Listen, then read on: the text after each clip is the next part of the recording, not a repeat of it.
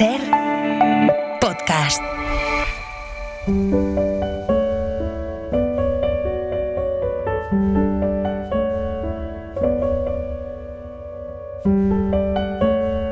Un libro, una hora. Dirigido por Antonio Martínez Asensio. Bienvenidos al podcast de Un libro, una hora. En este episodio os vamos a contar una selección de los cuentos de Navidad de Charles Dickens. Aunque Dickens aseguró a sus colaboradores que no le importaba si sus relatos hacían o no referencia directa a la Navidad, sí quería que esta época resonara. Definió el espíritu navideño como el espíritu útil, perseverante, que alegre se desentiende de las obligaciones, que es amable y paciente, cualidades que encontramos en sus cuentos de Navidad, historias que se centran en los temas del perdón, la restitución, la reconciliación, la ternura y el poder del amor sacrificado hasta en las más terribles circunstancias. Les vamos a contar Las campanas, El grillo del hogar y La batalla de la vida. Vamos allá. Las campanas. Un cuento de duendes sobre unas campanas que anuncian el final del año y la llegada del nuevo. No son muchas las personas a las que les gustaría dormir en una iglesia, porque el viento nocturno tiene la pésima manía de dar vueltas y más vueltas en torno a esa clase de edificios, gimiendo a su paso, y la de, con su mano invisible, tantear puertas y ventanas, y la de buscar rendijas por las que colarse. Pero donde más sopla es en lo alto de la aguja, donde habitan las campanas. Esta iglesia tiene unas campanas viejas. Siglos atrás fueron bautizadas por obispos, pero nadie conoce ya sus nombres. Tienen unas voces claras, fuertes, vigorosas, resonantes, y su tañido, llevado por el viento, se oye desde muy lejos. Son demasiado robustas para subordinarse al capricho del viento, pues, combatiéndolo valerosamente cuando sopla a su antojo, vierten sus alegres notas para los oídos atentos en las noches tormentosas por alguna pobre madre que esté al cuidado de su hijo enfermo o por alguna esposa sola cuyo marido se encuentre en alta mar.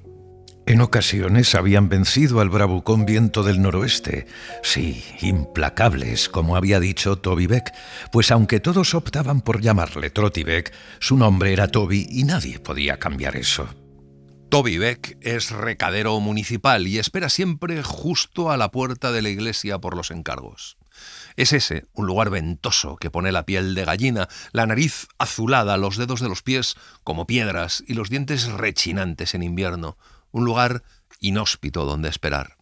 A veces Toby, ladeado, mirando en una dirección y en la otra, se ve tan sacudido y zarandeado, despeinado, consternado, empujado y levantado del suelo, que poco falta para que sea un verdadero milagro que no salga volando.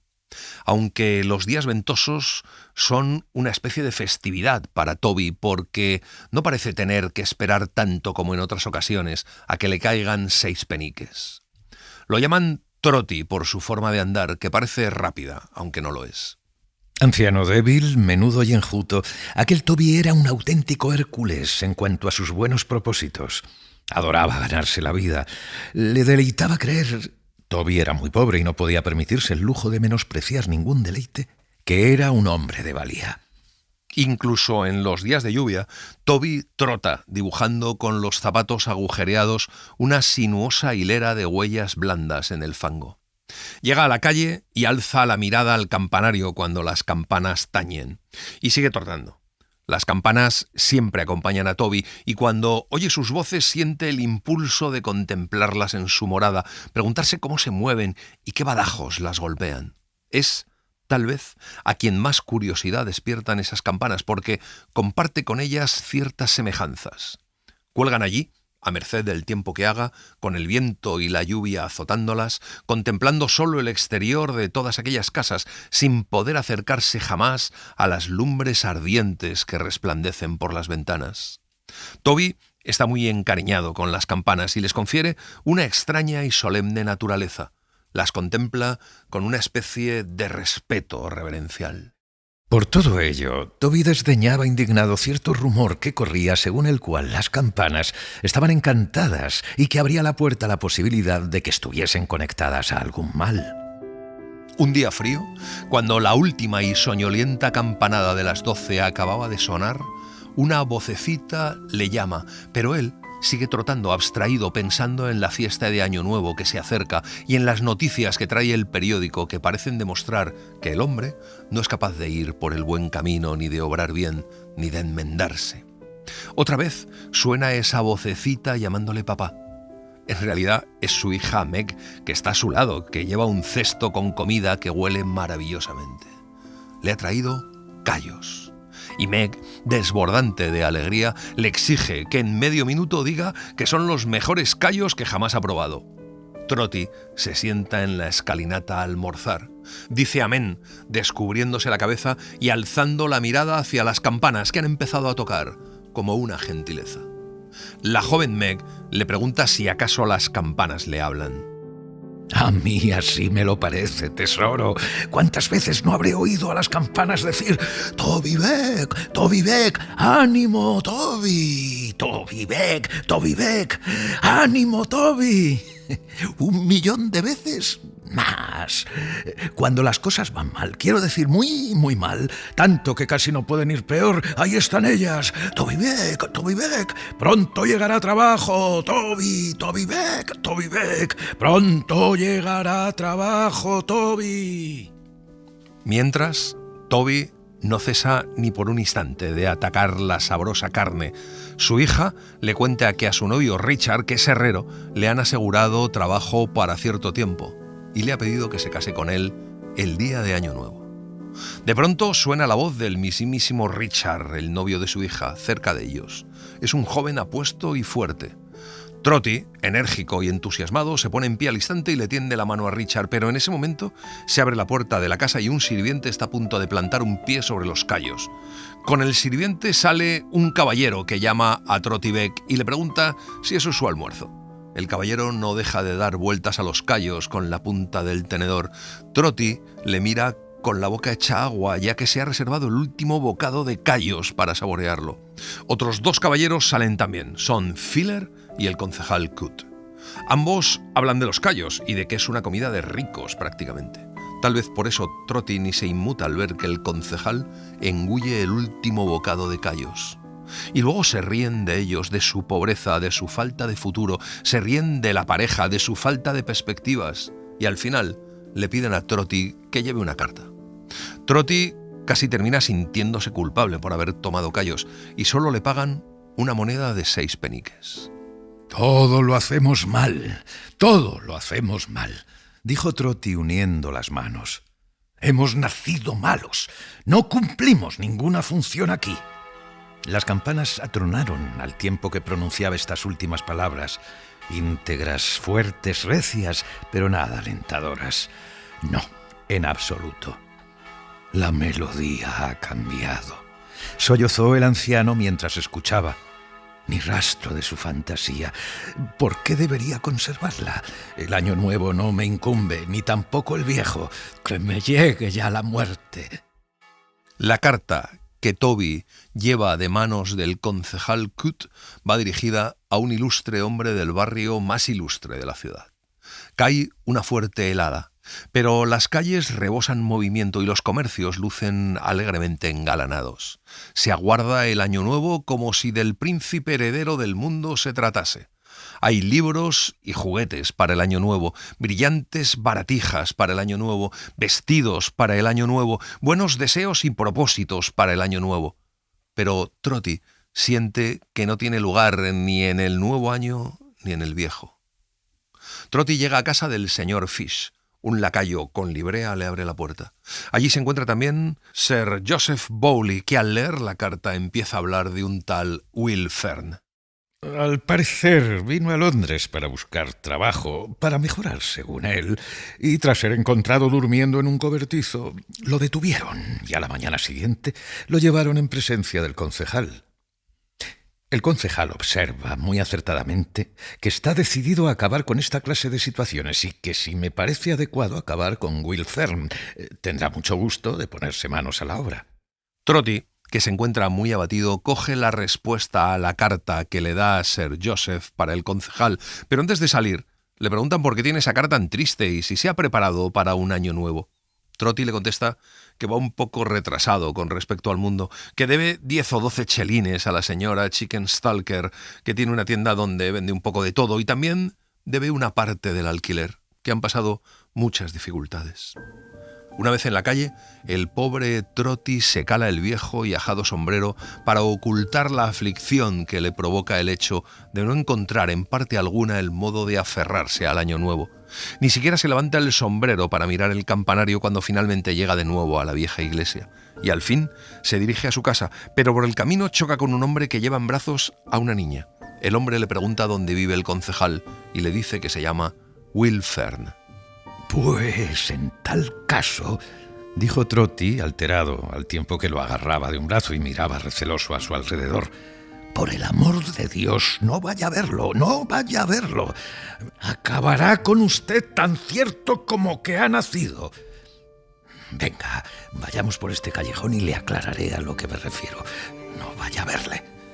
Will Fern lo mira como si estuviera trastornado, pero aún así se va con él. Trotty le cuenta todo lo que sabe, lo que ha oído sobre su reputación y todo lo concerniente a ella. Will Fern escucha con una serenidad que sorprende a Trotty. Parece que no le importa. Solo dice que ha contravenido los propósitos de la gente acomodada, para su desgracia, que no le preocupa su reputación y que lo que quiere es que la gente acomodada le deje en paz en su humilde casa. La niña que lleva en brazos es la hija de su hermano y es huérfana. Tiene 9 años y está agotada. Se llama Lillian. Están intentando dar con una amiga de su madre que vive en Londres. Entonces Trotty le dice que el año nuevo no podrá ser feliz para él si le ve marcharse con la niña sin rumbo y sin un techo que les cobije, y le ofrece su humilde casa. Will acepta. ¡Tesoro mío! ¡Sorpresa! Dicho lo cual, Trotty, sin aliento, dejó a la niña en el suelo frente a su hija. La pequeña visitante miró una vez a Meg y, lejos de dudar, sino confiando al instante en todo cuanto vio en aquel rostro, corrió a sus brazos. Trotty pone el hervidor al fuego mientras Meg sienta a la niña en un rincón caldeado, se arrodilla en el suelo frente a ella, le quita los zapatos y le seca los húmedos pies con un paño. La niña rompe en sollozos y se abraza al cuello de Meg. Sin dar explicaciones, Trotty sale para comprar viandas y pagarlas en efectivo en la tienda de la señora Chicken Stalker. Will Fern y Lillian comen y beben, y no hay espectador de una cena municipal ni de un banquete palaciego que se deleite más que Trotty y Meg viéndoles. Luego se van a dormir. Todos, menos Trotty, que se queda leyendo el periódico, con lo que vuelve a los pensamientos que le han acompañado todo el día y que los acontecimientos vividos han marcado y moldeado. Cuando lee la crónica de una mujer que, desesperada, no solo se ha quitado la vida, sino que también ha acabado con la de su pequeño hijo, Trotty se desespera. ¡Desnaturalizada y cruel!, gritó Toby. ¡Desnaturalizada y cruel! Solo las personas de mal corazón, que han nacido malas, que no cumplen ninguna función en la tierra, podrían perpetrar tales actos. ¿Es tan cierto todo cuanto he oído hoy? ¿Tan preciso? ¿Tan fundado? Somos malos. Las campanas recogen estas palabras de súbito y rompen a repicar con tal estruendo, tal claridad y tal grandilocuencia que da la impresión de que le sacuden en la silla. Parecen decirle que están esperándole, que vaya a verlas. Trotty escucha. Tiene remordimientos por haber huido de ellas aquella tarde, así que Trotty decide ir. Encuentra que la puerta del campanario está abierta. Sube hasta arriba, casi trepando hasta donde están las campanas. Apenas es posible distinguir sus enormes siluetas en la penumbra, pero ahí están, sombrías, oscuras y mudas. Trotty profiere un colosal ¡Hola!, que repite el eco. Aturdido, confuso, jadeante y aterrado, Trotty mira a su alrededor con expresión ausente y se desmaya. No hay modo de saber cuándo y cómo la oscuridad de la aguja, negra como la noche, se transformó en una brillante luz, ni cuándo y cómo el solitario campanario se pobló con una miríada de figuras, ni cuándo y cómo el rumor, perseguidlo y apresadlo, susurrado en su sueño o en su desmayo, se convirtió en una voz que clamaba a los oídos de Trotty, que empezaban a despertar. Despierto y de pie en los tablones, Trotty tiene una visión de duendes. Ve el campanario repleto de inquietos fantasmas enanos, espíritus, criaturas élficas de las campanas, de todos los aspectos y de todas las formas, feos, hermosos, tullidos, de exquisita apariencia, jóvenes, viejos, afables, crueles, alegres y taciturnos. Apabullado por aquellas huestes de figuras cambiantes y extraordinarias, así como por el estruendo de las campanas que durante todo ese tiempo no han dejado de repicar, Trotty se aferra a un pilar de madera para sostenerse en pie. En cuanto las campanas dejan de tañer, todo aquel enjambre se desvanece. Un pequeño jorobado levita un buen rato y al final se evapora por completo. Es entonces cuando Trotty ve en cada una de las campanas una figura barbada del volumen y la altura de la propia campana. Una ráfaga de viento atraviesa gimiendo el campanario y el duende de la campana mayor habla. Le pregunta a Trotty si siempre ha dado las gracias a las campanas, si nunca las ha dedicado palabras hirientes, innobles, falsas o perversas. ¿Quién pone en boca del tiempo de sus servidores un grito de pesar por los días que han supuesto una prueba y han acarreado un fracaso y que han dejado huellas tan profundas que incluso los ciegos podrían verlas? Un grito que solo sirve al presente, que por medio de él hace saber a los hombres cuánto precisa su ayuda, mientras cualquier oído puede captar lamentos por ese pasado.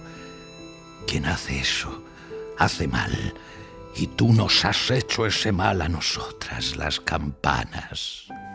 Cuando Trotty se oye acusado de haber ofendido tan gravemente a las campanas, siente en el corazón arrepentimiento y pena y pide perdón.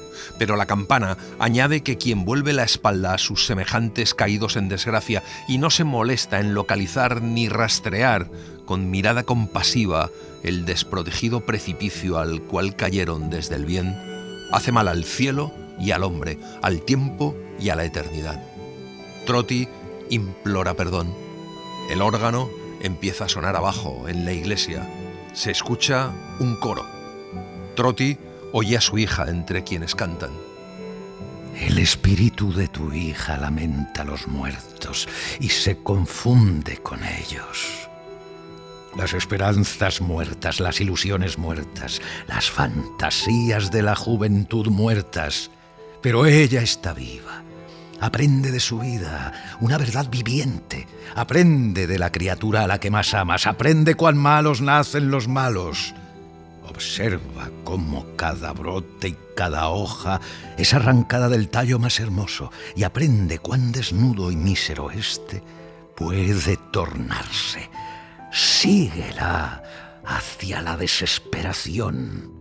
El espíritu de las campanas acompaña a Trotty, que parece viajar en el tiempo. El campanario se abre a sus pies y cuando Trotty mira abajo, se ve allí, tendido en el suelo fuera de la iglesia, despanzurrado e inmóvil, muerto. Y a partir de ahí ve a su hija, abatida, vieja, y ve cómo transcurren todas las vidas, la de Meg, la de Lillian, la de Richard y hasta la de Will Fern, y termina entendiendo el sufrimiento, el dolor. Hace un viaje terrible que parece real y que parece no terminar jamás. ¡He aprendido!, aulló el anciano. ¡Oh! Compadézcanse de mí en esta hora, si por amor a ella, tan joven y bondadosa, he calumniado a la naturaleza en el pecho de madres sumidas en la desesperación. Las figuras permanecen en silencio. Trotty grita que sabe que deben albergar confianza y esperanza y no dudar de ellos mismos ni de la bondad de los demás, que lo ha aprendido de la criatura a la que más ama. Las campanas, las viejas y conocidas campanas, sus queridas, fieles y perseverantes amigas, las campanas empiezan a repicar alegremente por un año nuevo, con tanto vigor, tanta alegría, tanta dicha, tanto júbilo, que Trotty se pone en pie de un salto y rompe el hechizo. Y hagas lo que hagas, padre, no vuelvas a comer callos sin consultar antes con un médico si van a sentarte bien, porque hay que ver cómo te has comportado, cielo santo. Trotty pega un grito y corre a estrechar a su hija entre sus brazos. Y luego es Richard quien la colma de besos. Trotty se sienta en la silla, se da palmadas en las rodillas y llora y ríe. No cabe en sí de alegría. Repican las campanas. Es el día de la boda de su hija y allí están Will Fern y la pequeña Lillian. Una banda de música irrumpe en la estancia seguida de un sinfín de vecinos. En medio segundo están listos para bailar, con Meg y Richard al frente, y el tambor está a punto de arrancarse a tocar con todas sus fuerzas cuando aparece la señora Chicken Stalker. Cuando le presentan a William Fern y Lillian palidece. Ella es la amiga de la madre de Lillian que estaban buscando. ¿Había soñado Trotty? ¿O no son sino un sueño sus alegrías y sus penas, y sus personajes, y el narrador de este cuento un soñador que solo ahora despierta? Si así fuera, lectores, por él queridos en todas sus visiones, procuren recordar las crudas realidades de las que proceden estas sombras y en su entorno traten de enmendarlas, mejorarlas y dulcificarlas. Y que así el año nuevo sea un año feliz para ustedes y feliz para todos aquellos cuya felicidad depende de ustedes. Y así todos los años sean más felices que el anterior y que ni el más humilde de nuestros hermanos o hermanas se vea privado de lo que por derecho le corresponde y que puedan disfrutarlo cumpliendo con la voluntad de nuestro supremo Creador. Dickens, en sus cuentos de Navidad, alude a quienes han sufrido penurias, injusticias y desgracias que esta gran fiesta, con seguridad, les traerá de nuevo e inevitablemente a la memoria. La cuestión de lidiar con los recuerdos dolorosos o de no ser capaz de hacerlo será más adelante un tema principal en casi todos los escritos navideños de Dickens. Dickens exhorta al lector a no relegar al olvido los recuerdos dolorosos, ni borrarlos, sino solo dejarlos a un lado, reconocer los positivos y disfrutar de ellos. El grillo del hogar, un cuento de hadas sobre la morada familiar. El hervidor lo empezó todo. No es necesario que me refiera en lo que dijo la señora Peerybingle. Bien sé lo que ocurrió. La señora Peerybingle puede asegurar hasta el fin de los tiempos que no sabría decir cuál de los dos lo empezó todo, pero yo digo que fue el hervidor. Tengo buenos motivos para saberlo. El hervidor lo empezó todo 5 minutos antes, según el pequeño y reluciente reloj holandés que había en un rincón, de que el grillo empezase a cantar. No obstante, el grillo y el hervidor armonizan muy bien. El estribillo de la canción sigue siendo el mismo y cada vez más alto, aún más alto, cantan en su recíproca emulación. Cuando el hervidor rompe a hervir es retirado del fuego. La señora Peerybingle corre entonces a la puerta donde entre las ruedas de un carro, los cascos de un caballo, la voz de un hombre, las idas y venidas de un perro alborozado y la sorprendente y misteriosa aparición de un bebé, la confusión resulta aturdidora. El hombre es John, su marido, el carretero, y parece haberse llevado la peor parte. Está empapado y helado. Llama a la señora Peerybingle Motita. Resultaba grato ver a Motita, con su figura menuda y su bebé en brazos, un verdadero muñeco, contemplando el fuego pensativa con coqueta seriedad y ladeando su delicada cabecita lo justo para que descansase de un modo peculiar, medio natural, medio forzado, pero cálido, contra la tosca figura del carretero. Tilly Slowboy espera en un segundo plano por el bebé, pese a contar con poco más de 10 años, y permanece con la boca y los ojos bien abiertos y la cabeza echada hacia adelante. John sale para ver que el muchacho, que en todo momento ha estado correteando con el farol de un lado para otro frente a la puerta y la ventana, ha cuidado debidamente del caballo. Tilly se alegra de verse tratada con tanta amabilidad y acogida en un hogar tan cálido, porque el origen de los Slowboy, tanto materno como paterno, es desconocido para el mundo, y Tilly se ha criado en una institución benéfica pública. Un grillo empieza a cantar con vehemencia y Motita dice que tener un grillo en el hogar es lo más afortunado del mundo. Entre los paquetes que transporta esa noche el carretero hay una tarta nupcial. Es para Gruff y Tackleton, el juguetero. Cuando terminan de ordenar todos los paquetes, John se acuerda del anciano caballero que está en el carro, sale a por él y le encuentra dormido. El desconocido tiene el pelo largo y blanco, buenas facciones singularmente enérgicas y bien definidas para ser un anciano, y ojos oscuros y brillantes y penetrantes. Su atuendo es pintoresco y extraño, muy anticuado. Saca unos anteojos de uno de sus enormes bolsillos y un libro del otro y tranquilamente se pone a leer. La puerta se abre y da paso a un hombre menudo, enjuto, taciturno y de semblante adusto que parece haberse confeccionado un gabán con la arpillera de algún viejo arcón.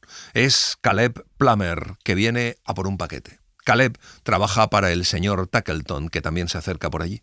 Tackleton está a punto de casarse y con una joven muy hermosa.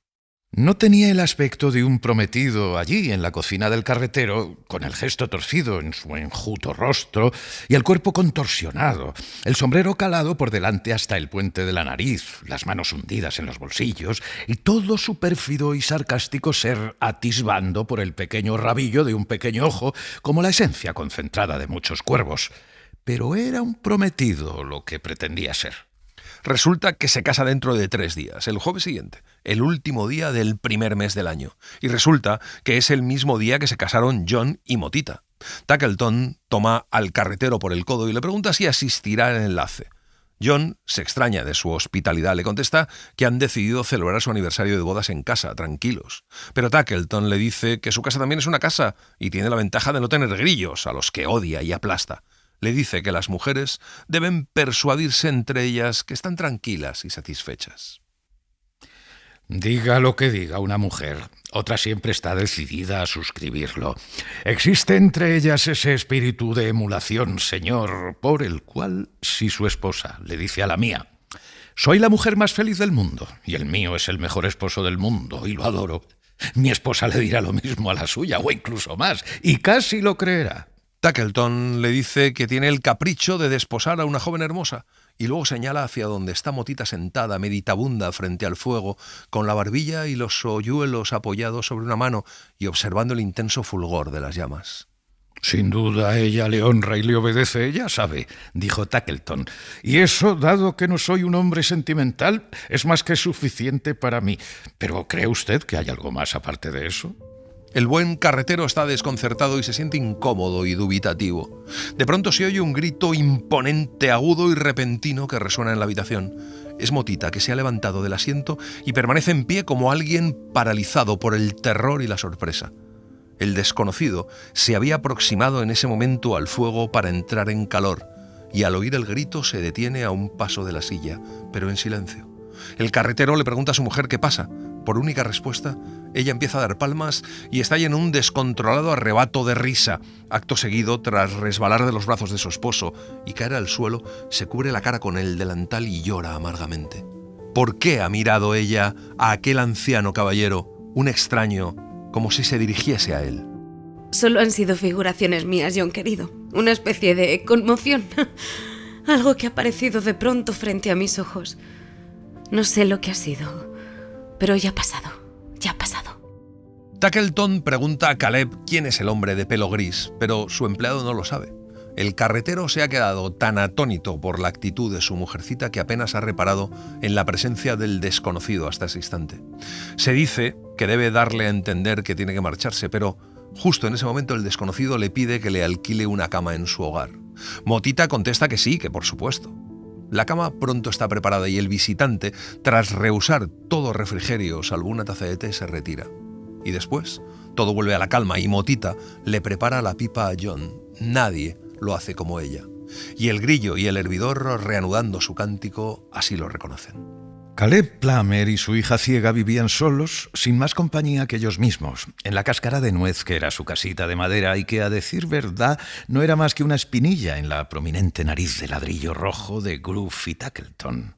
En realidad, solo Caleb vive allí porque su pobre hija ciega vive en otro lugar imaginario, en una casa encantada creada por Caleb, donde no existen la escasez ni la pobreza y en la que jamás entran los problemas. Caleb no es brujo, salvo en el único arte mágico que aún tenemos a nuestra disposición, la magia del amor abnegado e imperecedero. Ha inventado una realidad para su hija, para que ella sea feliz. La chica ciega, que se llama Berta, no sabe que los techos están descoloridos y las paredes sucias y desconchadas, que hay grietas, que las vigas se descomponen y se comban. No sabe lo feas que son las porcelanas de Delft y la loza que hay en el aparador, que el ralo cabello de Caleb va tornándose más y más gris ante su rostro invidente. No sabe que el patrón es frío y exigente e insensible. Cree que su padre tiene un gabán nuevo de un azul intenso, de corte holgado. De pronto, Tackleton llega a la casa y entra a verles. Aunque es borde y desagradable, Caleb siempre dice a su hija que le está guiñando el ojo y que es todo una broma. ¿Berta? dijo Tackleton, arrogándose cierta cordialidad para la ocasión. «Acércate. ¿Puedo confiarte un secreto, Berta? Hoy es el día de visita de la pequeña, ¿cómo se llame? La niña mimada, la esposa de Peerybingle, y va a traer un fantástico almuerzo, ¿no es así? Me gustaría participar de la reunión. Verás, quiero traer a los Peerybingle para que tengan un poco más de trato con May Fielding. Voy a casarme con May». Berta se queda sumida en sus cavilaciones. La alegría se ha desvanecido de su rostro, se ha tornado muy triste. 3 o 4 veces sacude la cabeza como lamentando algún recuerdo o alguna pérdida, pero sus pesarosas reflexiones no encuentran desahogo en palabras. Solo un rato después busca consuelo en su padre. Le pide que le cuente cosas de May. Mientras tanto, en el hogar de John, el carretero, se preparan para ir a casa de Caleb y Berta. En un momento, John le pregunta a su mujer por el anciano caballero que están alojando. Motita cree que es un buen hombre, pero hay algo raro cuando habla de él. Los fardos y los paquetes que esperan al paso del carro son numerosos, como también las paradas que tienen que hacer los Peerybingle para recogerlos y entregarlos. May Fielding ya ha llegado, y también su madre, una anciana diminuta y quejumbrosa de rostro huraño. May es la gran amiga de Motita. Tackleton ha llevado la pierna de cordero. Comienza la comida. John Peerybingle propuso un brindis por el día siguiente, el día de la boda. Además de la novia y el novio electo, hubo 2 personas que se sumaron al brindis con poco entusiasmo. Una de ellas era Motita, demasiado azorada y turbada para adaptarse a la menor incidencia en aquellos momentos. La otra era Berta, que se puso en pie precipitadamente antes que los demás y abandonó la mesa. John se va a trabajar y cuando vuelve lo hace acompañado del desconocido. De pronto, Berta reconoce esos pasos, pero no dice nada. El hombre se sienta al lado de la chimenea, sin hablar. Luego se pone a jugar a las cartas hasta que Tackleton le dice a John que quiere hablar con él. Le pide que le acompañe. Le saca de la casa, cruzan un patio y llegan a casa de Tackleton. En su despacho hay una ventana acristalada y desde allí Tackleton le muestra a John una escena que le deja helado. El carretero lo miró a los ojos y retrocedió un paso como si hubiese recibido un golpe. De una sola zancada llegó al ventanal y vio... ¡Oh, sombra del hogar! ¡Oh, grillo veraz! ¡Oh, pérfida esposa! Porque John ha visto a Motita con el anciano, que ya no es tal, sino que es un hombre erguido y gallardo, sujetando en una mano la falsa cabellera blanca. Inclinado, le susurra al oído a Motita y Motita le permite tomarla por la cintura para avanzar juntos lentamente por la penumbrosa galería de madera en dirección a la puerta. Entonces ella, con sus propias manos, le vuelve a colocar la peluca. John cierra en un puño su fuerte mano derecha como dispuesto a batir a un león, pero luego se desploma sobre un escritorio tan débil como un bebé. Cuando ella entra en la estancia preparada para volver a casa, todo parece normal. A las 10 de la noche, John está desolado en su casa, no entiende nada. Encima, el desconocido duerme bajo el mismo techo. Llega hasta coger la escopeta y cargarla. Cuando de pronto la mortecina lumbre iluminó toda la chimenea con un resplandor y el grillo del hogar empezó a cantar, ningún otro sonido que pudiera haber oído, ninguna voz humana, ni siquiera la de ella, habría conseguido conmoverlo y aplacarlo tanto. El grillo del hogar sale a la estancia y se aposta delante de él, adoptando una forma feérica. Le dice que ese ha sido siempre un hogar feliz, que ella hizo que fuera feliz, que sin ella no habría sido más que unas cuantas piedras y ladrillos y barrotes oxidados, pero que, gracias a ella, ha sido el altar de su morada en el que noche tras noche ha sacrificado su cólera, su egoísmo y sus preocupaciones, y le pide que oiga todo lo que habla con la lengua de su hogar y su casa, y que esa será la verdad. A John no se le va de la cabeza Motita y recuerda cada momento a su lado. Así transcurre la noche. John se pone en pie cuando es pleno día, se asea y se viste, y en ese momento recibe la visita de Tackleton, y cuando está allí el juguetero, se dan cuenta de que el desconocido ya no está en su habitación ni la ventana está abierta. Entonces John le cuenta a Tackleton lo que ha pensado durante toda la noche. Primero, recuerda cómo ha amado a su mujer, con qué intensidad, cómo hizo lo posible por casarse con ella y cómo lo consiguió. Consideré que la estaba apartando, a su edad y con su belleza, de compañías más jóvenes y de las muchas escenas que ella ornamentaba, en las que era la estrellita más resplandeciente que jamás haya brillado, para encerrarla día tras día en mi triste casa, imponerle mi tediosa compañía. Consideré lo poco apto que era yo para su avispado humor y lo fastidioso que debía de ser un hombre lento y pesado como yo para alguien con su vivaracho espíritu. Consideré que poseía yo el menor mérito o título por amarla, cuando todos los que la conocían no podían sino sentir lo mismo. Nunca me aproveché de su esencia optimista y su alegre disposición y me casé con ella. Cuánto desearía no haberlo hecho, por su bien, no por el mío. El comerciante de juguetes le mira sin pestañear. John le cuenta que le va a decir a su mujer que la ha visto, que va a ofrecerle la mayor ternura posible y la mejor reparación que esté a su alcance. Quiere liberarla del sufrimiento diario que supone un matrimonio desigual y del esfuerzo por ocultarlo. Pero no hace falta decirle nada, porque Motita le está escuchando y le dice que no tome su decisión hasta que el reloj vuelva a dar la hora. Tackleton se marcha muy sorprendido. Y John también se va. Su menuda esposa, quedándose sola, sollozó acongojada, pero enseguida se enjugó los ojos y se recompuso para decir lo bueno que era él, lo excelente que era él. Y en una o dos ocasiones rió, y lo hizo de forma tan efusiva, triunfal e incoherente, pues seguía llorando al mismo tiempo, que Tilly se horrorizó. Pero todo se va a aclarar efectivamente antes de que el reloj dé la siguiente hora. Caleb le cuenta a su hija lo engañada que la ha tenido siempre y le confiesa que la boda que se va a celebrar es entre un hombre severo, mezquino y despiadado y una mujer maravillosa. Pero Berta sabe en realidad mucho más de lo que cree su padre. Cuando Motita llega a casa de Caleb y Berta, llega con ella el desconocido que se deshace de su disfraz.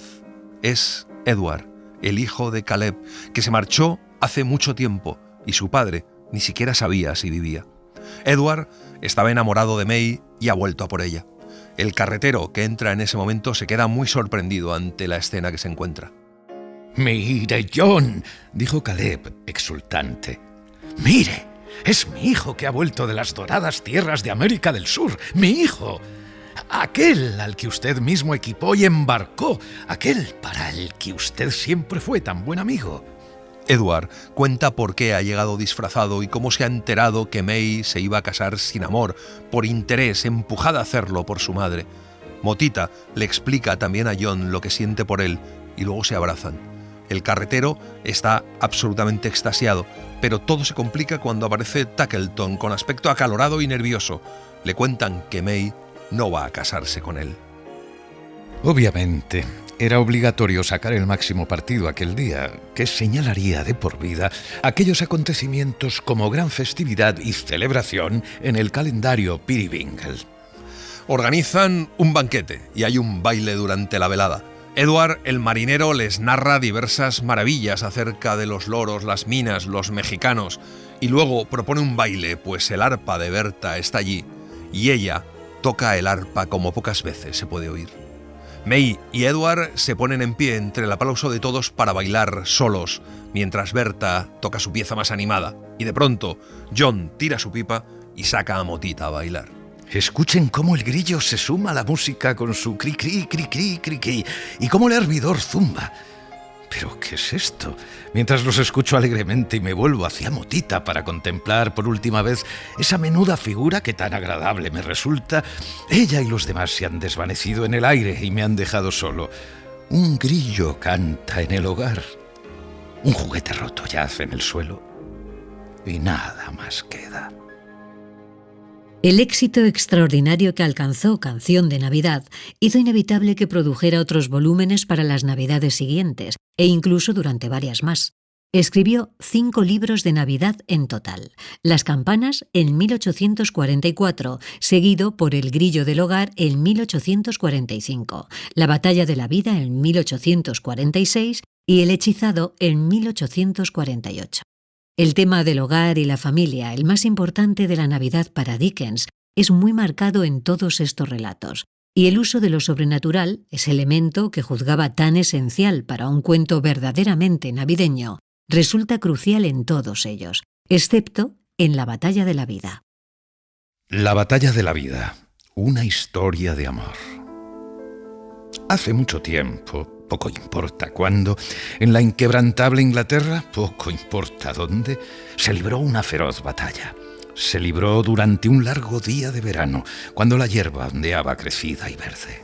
Entre el maíz sembrado brotaron grandes parcelas de color verde oscuro que al principio la gente miró con resquemor, pero las estaciones en su curso acabaron borrando con el tiempo aquellas trazas del viejo conflicto. Allí donde las flores y las bayas silvestres habían pervivido tanto tiempo, aparecieron huertos, se construyeron casas y los niños jugaron a la guerra por el césped. Tal vez ningún lugar ha cambiado tanto como un pequeño huerto adyacente a una vieja casa de piedra, con un porche de madreselva donde una radiante mañana de otoño se oye música y risas y donde dos muchachas bailan alegremente sobre la hierba, mientras media docena de campesinas, subidas a escaleras de mano, recogen manzanas de los árboles. Las bailarinas son Marion y Grace. Un caballero ya anciano, ni más ni menos que el mismísimo Dr. Jeddler, deben saber que aquellos eran la casa y el huerto del Dr. Jeddler y que aquellas eran sus hijas. Apareció a toda prisa para ver qué ocurría y quién demonios tocaba música en su propiedad antes del desayuno. Sus hijas le cuentan que los músicos los ha enviado Alfred, el enamorado de Marion. La diferencia de edad entre ambas no excede los 4 años, pero Grace, como a menudo ocurre cuando no hay una madre que vele por las hijas, ya que la esposa del médico ha fallecido, parece mayor de lo que es por la ternura con que cuida de su hermana pequeña. El doctor avisa a Britten y Clemency, que sirven en la casa, para que preparen el desayuno y poco después llegan los señores Snitchy y Craggs, abogados. La briosa figura de un apuesto joven, vestido con ropa de viaje y seguido por un mozo que llevaba varios paquetes y cestas, entró en el huerto con paso enérgico y un aire de alegría y esperanza que sintonizaba a la perfección con la mañana. Es Alfred, que se dirige hacia Marion, a la que saluda de forma efusiva, y luego a Grace. El doctor Jeddler se dirige apresuradamente a la mesa del desayuno, a la que todos se sientan. Grace la preside, pero acomodándose con suma discreción como para aislar a su hermana y a Alfred del resto de los invitados. Snitchy y Craggs se sientan al final de la mesa, el uno frente al otro y con el maletín azul entre ambos, y el médico ocupa su lugar habitual enfrente de Grace. Clemency ronda alrededor de la mesa en calidad de camarera y el melancólico Britten, junto a otra más pequeña, hace las veces de maestro trinchador de una pierna de ternera y un jamón. Confío en no haber sido un administrador muy injusto en la ejecución de mi fideicomiso, dijo el médico. Pero en cualquier caso debo ser relevado y eximido y qué sé yo.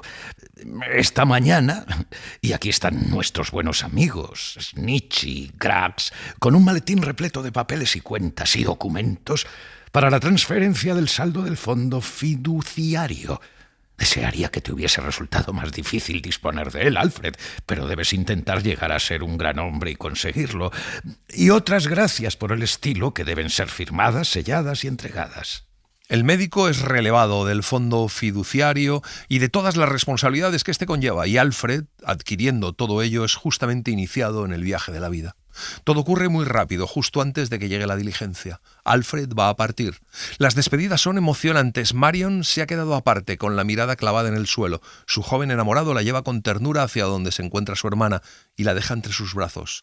La hermana menor tiene una mano sobre la suya y la otra alrededor del cuello de su hermana. Alfred estrecha a Marion contra su corazón. Liberada del abrazo, Marion vuelve a aferrarse a su hermana. La diligencia llega a la cancela. Hay cierto ajetreo con el equipaje. La diligencia se aleja. Marion sigue inmóvil. Ni siquiera devuelve el saludo de Alfred desde lejos. Al fin, Marion rompe a llorar en brazos de su hermana. Snitchy y Craggs tenían un pequeño y acogedor despacho en el antiguo campo de batalla, donde regentaban un pequeño y acogedor negocio y libraban un sinfín de pequeñas batallas campales para una infinidad de contendientes rivales. Snitchy y Craggs están emparejados tanto en la vida privada como en la profesional. Son los mejores amigos del mundo y confían plenamente el uno en el otro. Están con un hombre de 30 años de edad, vestido con indolencia y de rostro algo demacrado, pero bien parecido. Es Michael Warden. Los asuntos del señor Warden marchan mal. Casi todo está perdido, pero todavía cuenta con un pequeño patronazgo. Pero sus abogados le recomiendan que se vaya a vivir en el extranjero una temporada. Michael Warden les dice que no solo está endeudado, sino también profundamente enamorado. y la mujer de la que está enamorado es Marion, la hija pequeña del Dr. Jettler. Snitchy le dice que Marion está prometida, pero Michael Warden dice que le da igual y les cuenta que pretende desposar a Marion y llevársela consigo. Ciertamente, señor Snitchy y señor Craggs, socios ambos, ustedes conocen sus deberes para con sus clientes y saben bien, estoy seguro, que no forma parte de ellos interferir en un simple amorío que me veo obligado a confiarles. No tengo intención de llevarme a la joven dama sin su consentimiento. No hay nada ilegal en ello. Snitchy insiste en que Marion adora a Alfred, pero Michael Warden lo pone en duda. Que era muy joven cuando accedió al compromiso y se ha arrepentido, que se ha enamorado de él. Dice que no pretende pedir al médico su consentimiento porque no se lo daría, pero tampoco pretende ocasionar al médico ningún mal ni ningún perjuicio. Sabe que su casa y sus tierras regresarán a su hogar algún día y que Marion probablemente será más rica tras 10 años de casada con él que siendo esposa de Alfred. Cuando Michael Warden se va, los dos abogados recuerdan que el día en que se llevó a cabo el traspaso, ambos tuvieron la impresión de que hubo algo extraño en la despedida de aquella pareja. Aquella misma noche, las hermanas y el vigoroso y anciano médico estaban sentados junto a una animada lumbre. Grace hacía labor. Marion leía en voz alta frente a ella. El médico en bata y zapatillas, con los pies estirados sobre la cálida alfombra y recostado en su sillón, atendía a la lectura y contemplaba a sus hijas. Formaban una bonita estampa. Poco después, el doctor dice que ha recibido noticias de Alfred y que en un mes estará de vuelta. Todos parecen alegrarse. Marion está agitada. Cuando todos se van a la cama, Clemency oye de pronto ruidos, se levanta y sorprende a Marion en la puerta de su habitación. Marion le confiesa que Michael Warden ha ido a verla, que necesita hablar con él, pero que quiere que ella la acompañe, que se quede en la puerta mirando mientras ambos hablan. Le pide que confíe en ella y que la ayude. Pesarosa y vacilante, Clemency gira la llave y abre la puerta. Marion la toma de la mano y se precipita a la penumbrosa e incierta noche.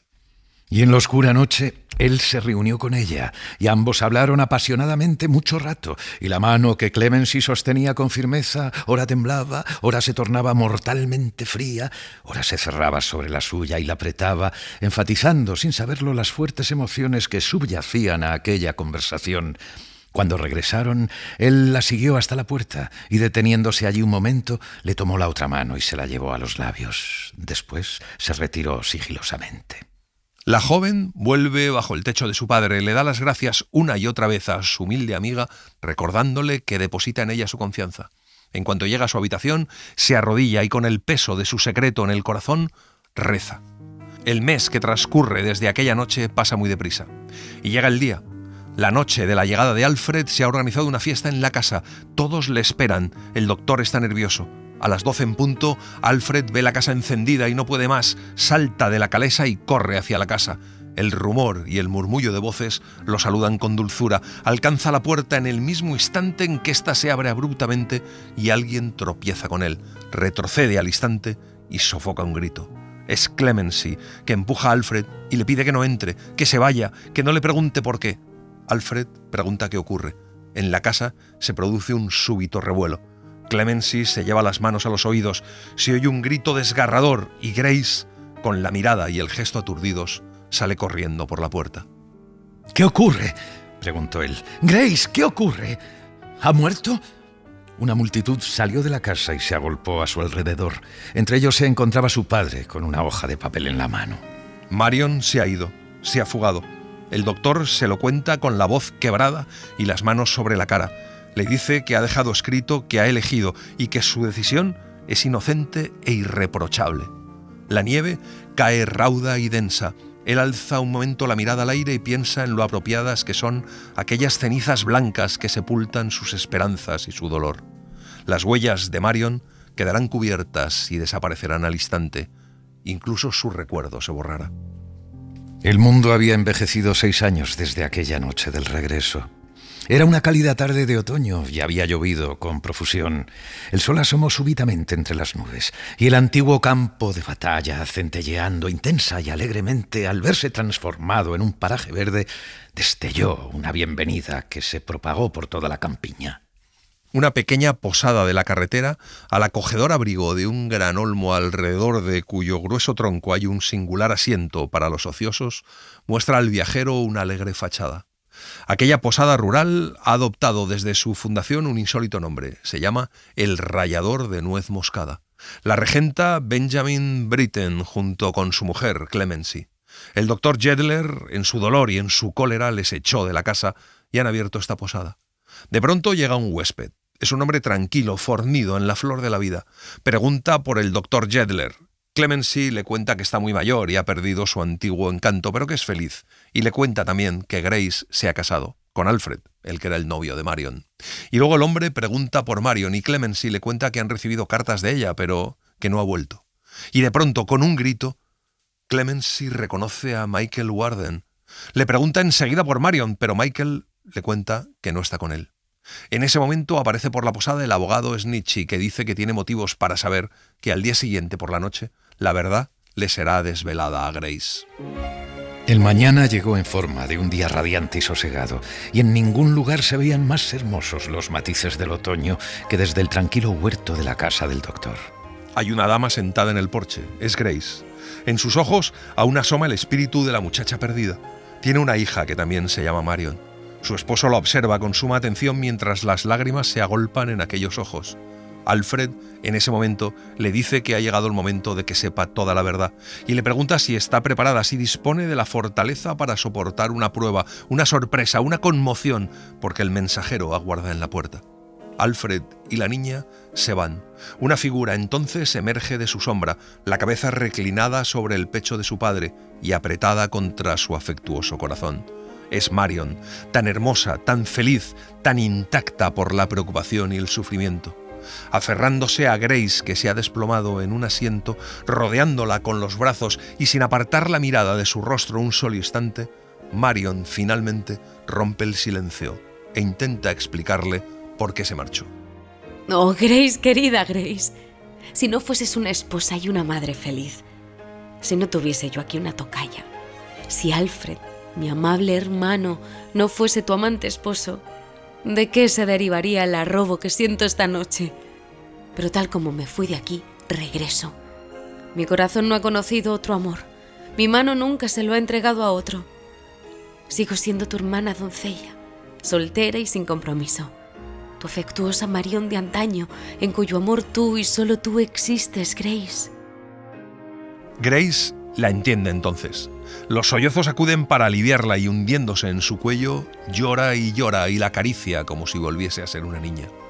La pobre Clemency, cubriéndose los ojos con el delantal, se acerca lentamente acompañada por su esposo. Cuando al azar la mirada ve ante sí aquella dulce cara que también recordaba, la escruta, solloza, ríe, llora, chilla y la abraza, la estrecha con fuerza y acaba abrazándose a sí misma, echándose el delantal sobre la cabeza y cediendo a un incontenible e histérico arrebato de risa. Un desconocido ha entrado en el huerto detrás del señor Snitchy y se ha mantenido aparte, cerca de la cancela, sin que nadie del grupo reparase en él. Parece no desear que lo vean, pues se queda solo, con la mirada gacha y desprende un aire de desánimo que la felicidad general hace aún más notable. El tiempo que me ha procurado la última parte de este relato y al que tengo el placer de conocer desde hace unos 35 años, me informó, apoyado cómodamente en su guadaña, de que Michael Warden nunca volvió a marcharse y que nunca vendió su casa, sino que la abrió de nuevo, la mantuvo como un dorado ejemplo de hospitalidad y que tuvo una esposa, el orgullo y el honor de aquella campiña, cuyo nombre era Marion. Pero dado que ya he observado que de cuando en cuando el tiempo confunde los hechos, apenas sé qué peso otorgar a su autoridad.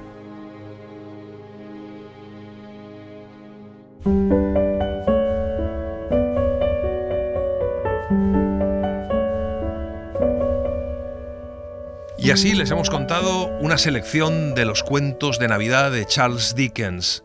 Hemos seguido la edición de Penguin Clásicos titulada Cuentos de Navidad, con traducción de Nuria Salinas Villar e introducción de Michael Slater, de la que hemos citado varios fragmentos. Gracias por estar ahí y gracias por leer.